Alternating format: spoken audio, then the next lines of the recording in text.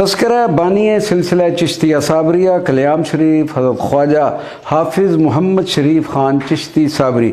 مرشد گرامی حضرت میاں فضل الدین کلیامی حضرت خواجہ محمد شریف چشتی صابری کا نسبی تعلق مغلیہ خاندان سے تھا۔ آپ اورنگزیب عالمگیر کے پڑپوتے تھے۔ آپ کے والد گرامی کا نام روح اللہ بیگ اور دادا کا نام رحیم بیگ تھا۔ حسب روایت آپ نے ابتدائی تعلیم دہلی سے حاصل کی۔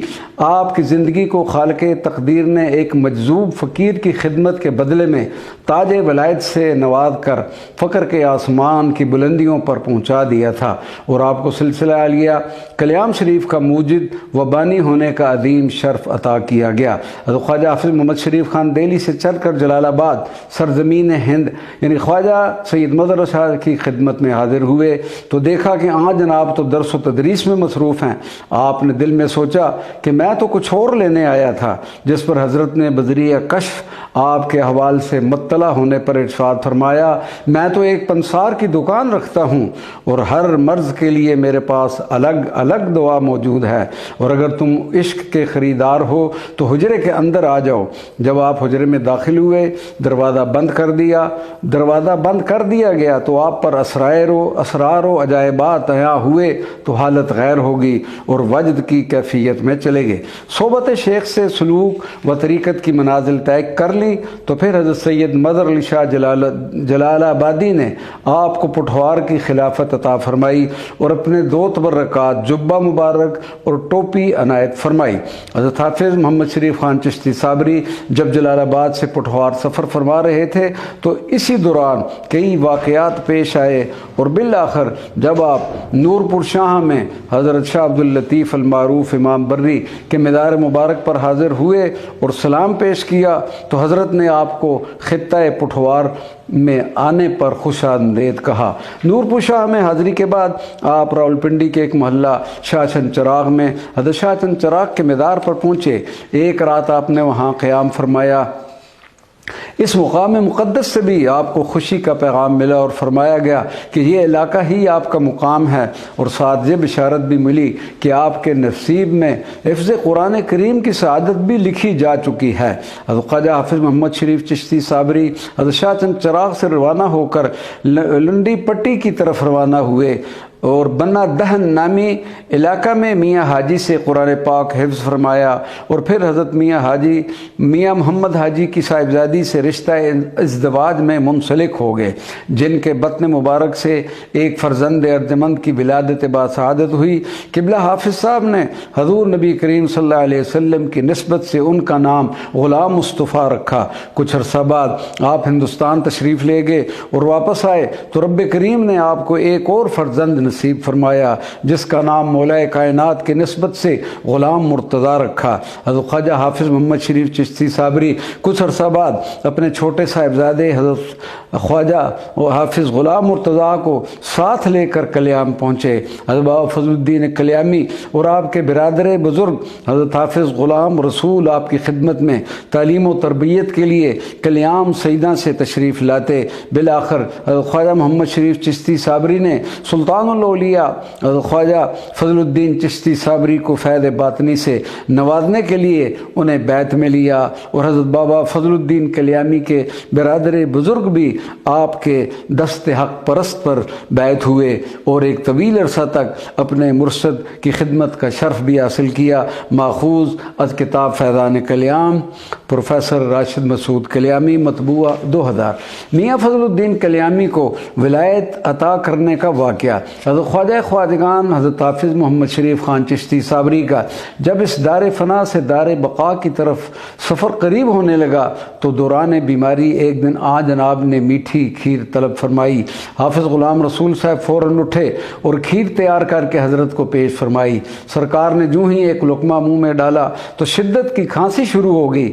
جناب نے حافظ غلام رسول صاحب سے فرمایا کہ آپ بقیہ کھیر کھا لیں، لیکن وہ خاموش رہے اور حضرت نے دوبارہ ارشاد فرمایا، میرے پیارے جلدی سے کھا لو، شہنشاہ چشتی فضل الدین ہوئے ترت تاں عرض گزار پیارے، جے کر حکم ہوئے کھانا کھاونے دا کھاواں ترت کر شکر ہزار پیارے۔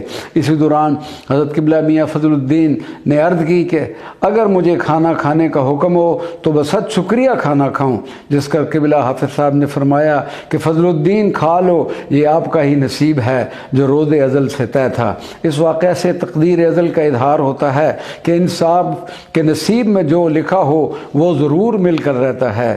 اس کے علاوہ جو اہل محبت کی تربیت کا اہم پہلو ہے وہ یہ ہے کہ جو بھی انسان ادب و الفت کی راہ پر چلتا ہے اور اپنے مرشد کریم کے ساتھ جڑ جاتا ہے اور اپنے مرشد کی بارگاہ کو خانہ خدا سمجھتا ہے تو پھر منزل اس کے بہت قریب ہو جاتی ہے۔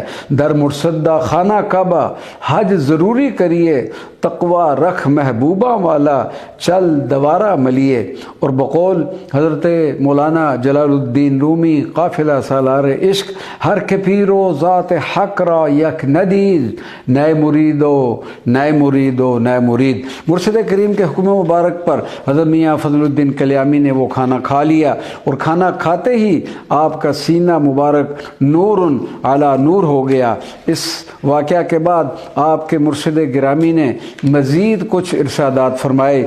پہلا، فضل الدین آپ پالکی میں بیٹھیں گے، دوسرا آپ کی درازی عمر کی دعا کر دی ہے، اور تیسرا کہ میں اس فانی دنیا سے جا رہا ہوں اور جب میری روح بدن چھوڑ کر آسمان کی طرف پرواز کر جائے تو 4 دن تک میرے جسد کو باہر ہی رکھنا اور پھر تدفین کرنا۔ یہ ارشادات مبارکہ سننے کے بعد حضرت میاں فضل الدین کلیامی پر کیفیات ہجر و فراق کا ایسا غلبہ ہوا کہ آپ کی آنکھوں سے برسات جاری ہو گئے۔ بالآخر ایسا ہی ہوا کہ حضور قبلہ حافظ محمد شریف صابری چشتی نے بروز جمعۃ المبارک 21 صفر المظفر 1270 ہجری 1849 عیسوی وصال فرمایا اور چوتھے روز بروز سوموار شریف تدفین کی رسومات ادا کی گئیں۔ گفتائے او گفتائے اللہ بود، گھر سے از حلقوم عبداللہ بود۔ مرشد گرامی کی سرکار کلیامی کو وصیت۔ حضرت میاں فضل الدین کلیامی فرماتے ہیں کہ میرے مرشد کریم نے وصال کے وقت مجھے یہ وصیت بھی فرمائی تھی کہ کھنہ کے عبداللہ شاہ بیابانی جو کہ ایک عالی مقام شخصیت ہیں، 6 ماہ تک آپ نے وہاں قیام کرنا ہے اور ڈیرے واپس نہیں آنا اور دل لگا کر اسی ٹھکانے پر بیٹھے رہنا۔ حضرت کے وصال کے بعد میں کھنہ جا پہنچا اور دل جمی کے ساتھ 6 ماہ تک وہاں قیام کیا، روزانہ قرآن کریم کی تلاوت کر کے ان کو ایصال ثواب کرتا رہا، حتیٰ کہ 6 ماہ پورے ہو گئے مگر صاحب مدار کی طرف سے مجھے کوئی اشارہ نہ ملا۔ ایک دن دوپہر کے وقت دل میں خیال آیا کہ سرکار مرشد کریم کا جو حکم تھا وہ تو دل سے بجا لایا ہوں، لیکن جس کے پاس آ کر سکونت اختیار کی ہے اس کی طرف سے تو کوئی اشارہ بھی نہیں مل رہا۔ دل میں خیال آیا کہ چلو فاتحہ پڑھ کر یہاں سے واپس چلتے ہیں، تو اچانک کیا دیکھتا ہوں کہ ولی کامل سر پر آن کھڑا ہے۔ اٹھ کر قدم بوسی کی، جس سے دل کو تسلی و اطمینان قلب نصیب ہوا۔ صاحب مدار فرمانے لگے، میں نے تو تمہیں دل کے ساتھ بٹھایا ہوا تھا کیونکہ آپ مجھے بہت پیارے لگتے تھے، لیکن اب چلے جاؤ اور آپ کا نگہبان اللہ پاک ہے، اور اب آپ کو مالک کے سپرد کرتا ہوں۔ مجاہدہ و ریاضت۔ مجاہدہ و ریاضت تصوف کے 2 اہم رکن ہیں، اور مجاہدہ تصوف کی جان ہے۔ مجاہدہ کے لغوی معنی کوشش، جد و جہد اور نفس کشی کے لیے ریاضت کے الفاظ ہیں، اور یہ جد و جہد جہاد بن نفس کے نام سے موسوم ہے، جسے حضور نبی کریم صلی اللہ علیہ وسلم نے جہاد اکبر قرار دیا ہے۔ خواہشات نفس کی مخالفت کو ہی صوفیاء کرام مجاہدہ کہتے ہیں۔ نفس اگر کسی گناہ کا تقاضا کر رہا ہو تو اس کو روکنا اور اس کی مخالفت کرنا ہی مجاہدہ کہلاتا ہے۔ قرآن کریم کی سورۃ العنکبوت آیت نمبر 69 میں ارشاد باری تعالی ہے، والذین جاہدوا فینا، کہ جو لوگ ہماری راہ میں جہاد یعنی مجاہدہ کرتے ہیں تو ہم یقیناً انہیں اپنی راہیں دکھاتے ہیں۔ اس آیت مبارکہ سے یہ بات واضح ہو رہی ہے کہ اللہ تبارک و تعالیٰ کی طرف بڑھنے کے لیے کوشش کرنا ضروری ہے۔ جب تک کوئی مجاہدہ نہیں کرے گا اللہ تبارک و تعالیٰ بھی اسے اپنی طرف آنے کا راستہ نہیں دکھائے گا۔ حضور نبی کریم صلی اللہ علیہ وسلم ایک غزوہ مبارکہ سے واپس تشریف لائے تو ارشاد فرمایا کہ اب ہم جہاد اصغر سے سے جہاد اکبر کی طرف لوٹ رہے ہیں۔ صحابہ کرام نے عرض کیا کہ یا رسول اللہ صلی اللہ علیہ وسلم جہاد اکبر کیا ہے؟ تو آپ صلی اللہ علیہ وسلم نے ارشاد فرمایا وہ نفس کا مجاہدہ ہے۔ اولیاء کاملین کی زندگیوں کا جب ہم مطالعہ کرتے ہیں تو معلوم ہوتا ہے کہ وہ کس قسم کے سخت سے سخت مجاہدات کر کے قرب الہی کا درجہ حاصل کرتے تھے، کیونکہ مجاہدات کا مقصد بھی صرف اور صرف ذات الہی کا قرب اور اس کی رضا مقصود ہوتی ہے۔ حتیٰ کہ اس کے حصول کے بعد بھی اکثر اولیاء کاملین مجاہدات اور ریاضت میں مشغول رہتے ہیں۔ حضور غوث الثقلین سیدنا شیخ عبد القادر الجیلانی رضی اللہ تعالی عنہ پیدائشی ولی ہونے کے باوجود ان کی حیات مبارکہ مجاہدات سے بھرپور نظر آتی ہے۔ ولی جب مجاہدہ کرتا ہے تو تب اسے راز ہائے سربستہ سے آگاہی نصیب ہوتی ہے اور اس کے سامنے سے غیب کا پردہ اٹھ جاتا ہے، جس سے وہ دنیا فانی کی حقیقت کو سمجھ جاتا ہے۔ شہباز لا مقام کشتہ ذات حق حضرت خواجہ میاں فضل الدین کلیامی کی حیات مبارکہ ریاضت و مجاہدات سے بھرپور نظر آتی ہے، اور جس قسم کے سخت مجاہدات اور نفس کشی آپ نے اختیار فرمائی اس کی مثال ملنا مشکل ہے۔ اپنے جسم مبارک کا گوشت کاٹ کر پرندوں کو ڈالا کرتے، شدت کی گرمی میں گرم پڑیوں پر بیٹھا کرتے اور شدید سردی میں چھت سے اپنے اوپر ٹھنڈا پانی گروایا کرتے تھے۔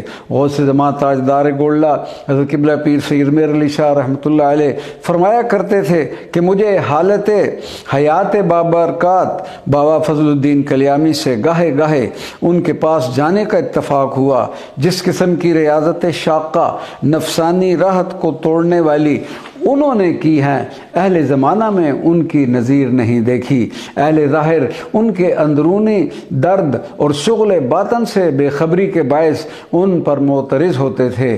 ان کا کوئی نفس اس میں ذات کے ذکر سے خالی نہ گزرتا تھا اور کمال استغراق حال سے اشغال ظاہری کی طرف توجہ سے معذور تھے۔ مہر منیر صفحہ 402 مطبوعہ 1997 عیسوی۔